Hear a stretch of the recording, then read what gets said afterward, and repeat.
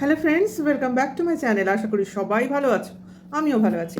আবার চলে এলাম একটা নতুন দিনে নতুন কন্টেন্টের সঙ্গে তোমাদের সঙ্গে শেয়ার করতে। হ্যাঁ, আজকে আমার কন্টেন্ট ম্যান্ডি। আজকে ম্যান্ডির ভ্যালেন্টাইন্স ডের ভিডিও যেটা সকালবেলা পাবলিশ হলো সেটার উপরেই কিছু বলতে এলাম। তার আগে বলে নিই যে একই ভিডিও দেখে আমরা হয়তো কেউ পজিটিভ বার্তা দেব, কেউ সেটাকে নিয়েই ক্রিটিসাইজ করব। এটাকে নিয়ে সেরমভাবে ভাবারও কিছু নেই, কারণ একই ঘটনা কারোর ভালো লাগে, কারোর খারাপ লাগে, বা কারোর সেই ঘটনার পেছনে অনেক ছোট ছোট ভুল ত্রুটি খুঁজে বার করার আমরা চেষ্টা করি।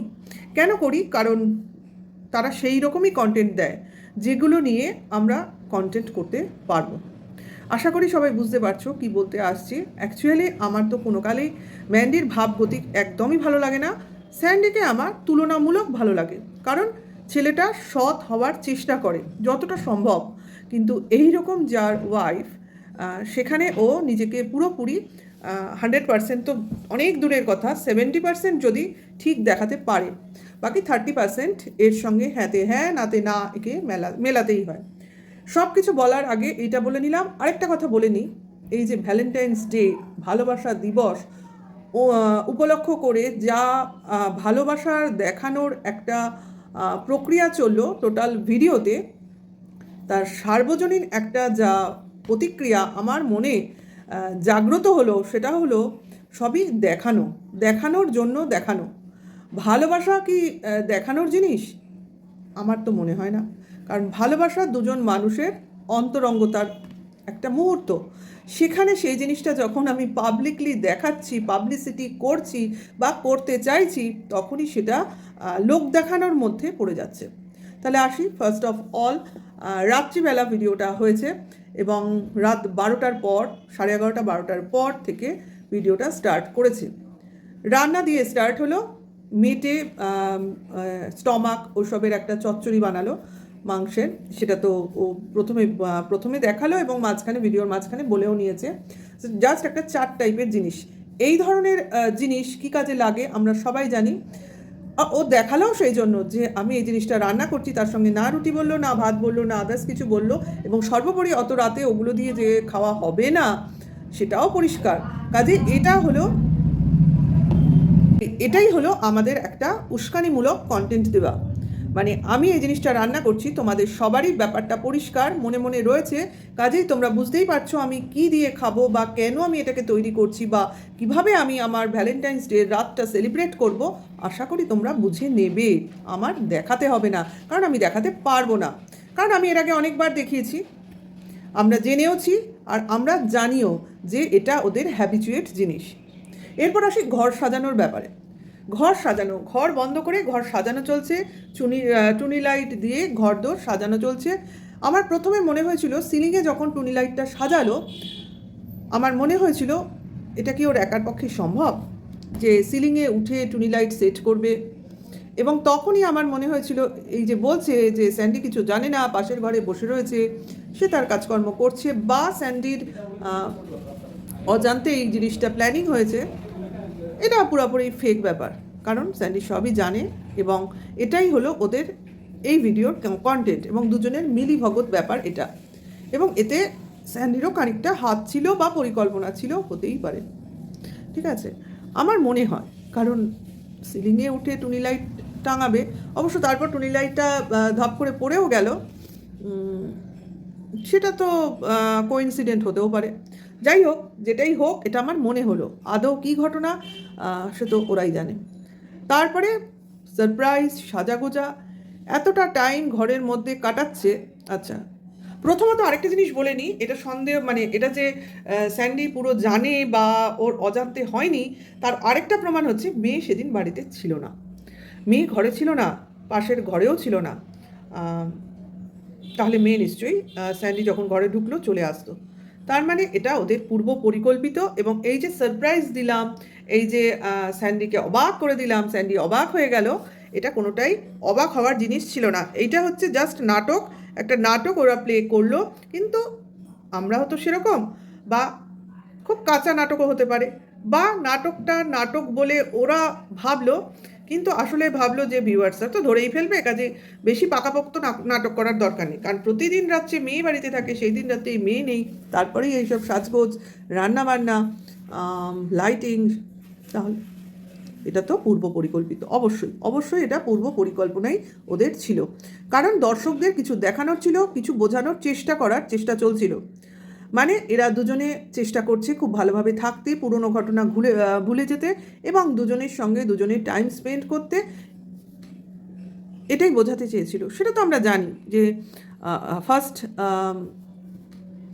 ফার্স্ট চয়েস লাস্ট অপশান, এই দিয়েই তো একটা গিফট সাজানো হয়েছিল। তাহলে লাস্ট অপশান মানে আরও যদি অপশান থাকতো তাহলে হয়তো ম্যান্ডির সুবিধা হতো। এই যখন নেই, মনের দুঃখে লাস্ট অপশানকেই ও হোল্ড করে নিয়েছে। আর ফার্স্ট চয়েস, সেটা ফার্স্ট, সেকেন্ড, থার্ড, সেটা আমাদের জানা নেই, সবই তো শোনা ব্যাপার। আর লাস্ট অপশানটা আমরা দেখতে পেয়েছি। এখনও জীবন কিন্তু শেষ হয়নি, এখনও ওরা মাছ দরিয়ায়, এখনও অনেকটা লাইফ বাকি, কাজেই লাস্ট কথাটা এখনও ঠিক আসে না। আচ্ছা, এটা ভ্যালেন্টাইন্স ডে গিফট হিসেবে প্রচার হতে পারে। তারপরে যেটা হলো সেটা হলো বর্ষা নামে ডাকতে হবে, মানে স্যান্ডিকে বর্ষা নামে ডাকতে হবে। কেক কাটা হলো রেড ভেলভেট, সঙ্গে মোমবাতি, এবং সঙ্গে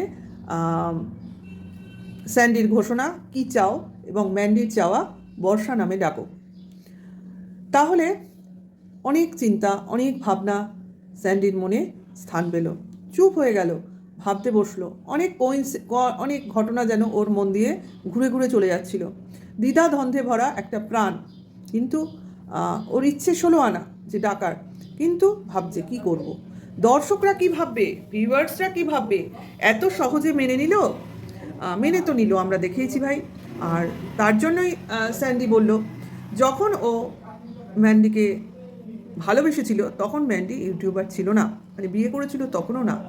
কাজেই তখন যদি ও ম্যান্ডিকে অ্যাকসেপ্ট করে নিতে পারে, তাহলে এখন যে অ্যাকসেপ্টেন্সটা ওর মধ্যে রয়েছে সেটাও পয়সার জন্য নয়, এটা ও ক্লিয়ার করতে চাইল। কিন্তু ভাই তখন অল্প বয়স ছিল, তখন দুজনের মধ্যে যে ভালোবাসা, যে অ্যাট্রাকশন, যে চাহিদাটা ছিল, এখন সেটা আরও পরিণত হয়েছে। এখন ওই সব ভালোবাসা, অ্যাট্রাকশন, চাহিদার মধ্যে আরও ঢুকে গেছে প্রয়োজন, এবং প্রয়োজনই মানুষকে অনেক ম্যাচিওরড করে দেয় এবং হঠকারিতাটা দূর করে দেয় নিজের জীবন থেকে। কোনো কিছু হুট করে ডিসিশন নেওয়ার আগে সে 14 বার ভাবে যে আমার ভবিষ্যৎটা কী হবে, ভবিষ্যৎটা আমার এখন আমার সঙ্গে আমার সন্তানও জড়িয়ে রয়েছে, অনেক কিছু চিন্তাভাবনা তার মধ্যে চলে আসে, কারণ ওদের সেই বয়সটা এসছে, মিডল এজ, অনেক বয়স নয়, মিডল এজ। এই বয়সেও মানুষ অনেক ভুল কাজ করে, কিন্তু হয়তো স্যান্ডির মধ্যে ম্যাচুরিটিটা বেশি, এবং ওর ধৈর্যও বেশি, এবং ওর একটু শান্ত স্বভাবের, চিন্তাশীল স্বভাবের, তার জন্য ওর মধ্যে এই ক্ষমতাটা আমরা দেখতে পাই। অ্যাকসেপ্টেন্স এবং ধৈর্য, এই দুটো গুণই ওর মধ্যে রয়েছে। আর সর্বোপরি ওর মধ্যে কোনো কি বলবো, যেটা ম্যান্ডির মধ্যে দেখা যায় সবসময় একটা উড়ু উড়ু ভাব, কোনো জিনিসেই যেন শান্তি পায় না, সব কিছুতেই সে আরও চাই, আরও চাই, আরও কিছু পাওয়ার ইচ্ছা, এই জিনিসটা স্যান্ডির মধ্যে নেই। ও মনে করে আজ আমার কাছে যেটা আছে তাতে যদি আমি শান্তি পাই সেটাই আমার কাছে অনেক। ভবিষ্যতে আমার কর্ম, আমার ক্ষমতা, বা আমার ইচ্ছা, আমার পাওয়ার, আমাকে বাদবাকি সময়টা, আমাকে আমার ভাগ্য সর্বোপরি সব কিছুই আমার কাছে এনে দেবে। কিন্তু ম্যান্ডি তো সেটা না। ম্যান্ডি হচ্ছে আমার এটা চাই মানে চাই, আমার এটা দরকার মানে আমার এটা দরকার, আমি ওকে ভালোবাসি মানে আমি ওকেই ভালোবাসি। ওই সময়ের জন্য সে অন্য কাউকে ভালোবেসে ফেলে, এবং তার জন্যই সে স্যান্ডিকে একটা পার্মানেন্ট হিসেবে রেখে বাদবাকি লোকের কাছে ভালোবাসা খোঁজে। যারা ওর কাছে আসে ও আর খুঁজবে কোথা থেকে। কিন্তু সব লোকই ওকে বুঝে যায় যে এ মেয়ে যাই হোক, ঠিক দীর্ঘ সময় ধরে একে ট্যাকেল করা মুশকিল, মানে এ ঘরে থাকার মেয়ে না, একে সবসময় সময় দাও, এর মতো করে চলো, ঘরের মধ্যে বসিয়ে রাখলে এই মেয়ে থাকবে না। যত দিন যায় তত এর সঙ্গে থাকে লোকজন এবং এর চরিত্রটা বুঝে যায়। আর স্যান্ডির তো একটাই দোষ, সেটা হলো ভালোবাসা। ও ম্যান্ডিকে যতটা ভালোবেসেছে, ম্যান্ডির সবটাকে ভালোবেসেছে, মানে ওর খারাপটাকেও ওর ভালো লাগে, তার জন্যই ও ওকে ছুঁড়ে ফেলে দিতে পারে না। এটা হলো ব্যাপার। আর আমাদের ম্যান্ডি তো যা চাই তা চাই। দেখো, সেই বর্ষা নামে ডাকাবো বলে ডাকিয়েই ছাড়লাম, এটাও কিন্তু আমার একটা চাহিদা। তোমরা কিন্তু আমাকে ফেলনা ভেবো না, আমি কিন্তু যেটা করার সেটা করেই ছাড়ি। তাহলে ডাকা হলো, পালন হলো, সেলিব্রেট হলো, এবং পরবর্তী পার্টিটা আমরা দেখলাম না, কিন্তু আমরা অনুমান করে নিলাম। সেটার জন্যও তো বলা হলো সারা রাত ঘুম হবে না, সকালে উঠতে দেরি হবে।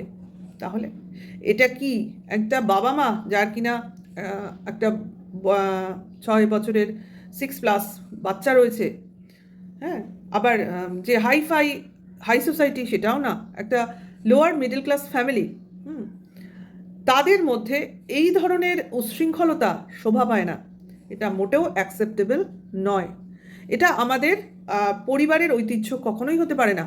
আবার এরা কিনা ব্রাহ্মণ ফ্যামিলির দোহাই দেয়, এদের নাকি বাড়িতে মন্দির আছে, এরা নাকি বাড়িতে পুজো করে, এরা নাকি ওই অঞ্চলে নামকরা সংস্কার সম্পন্ন ব্রাহ্মণ ফ্যামিলি। অ্যাকচুয়ালি শুনেছিলাম ওদের নাকি ভরদ্বাজ গোত্র, শুনেছিলাম পূজা আর্চার সময়।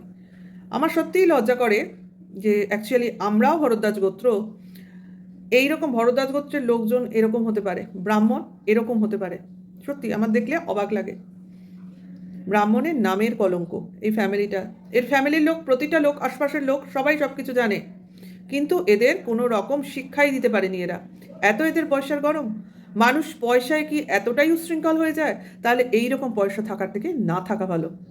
অন্যায়টাকে তো অন্যায় বলতেই হবে বাবা, সে তুমি যতই ভালো হও, অন্যায় করেছো সেই শাস্তির ফল তো তোমাকে পেতেই হবে।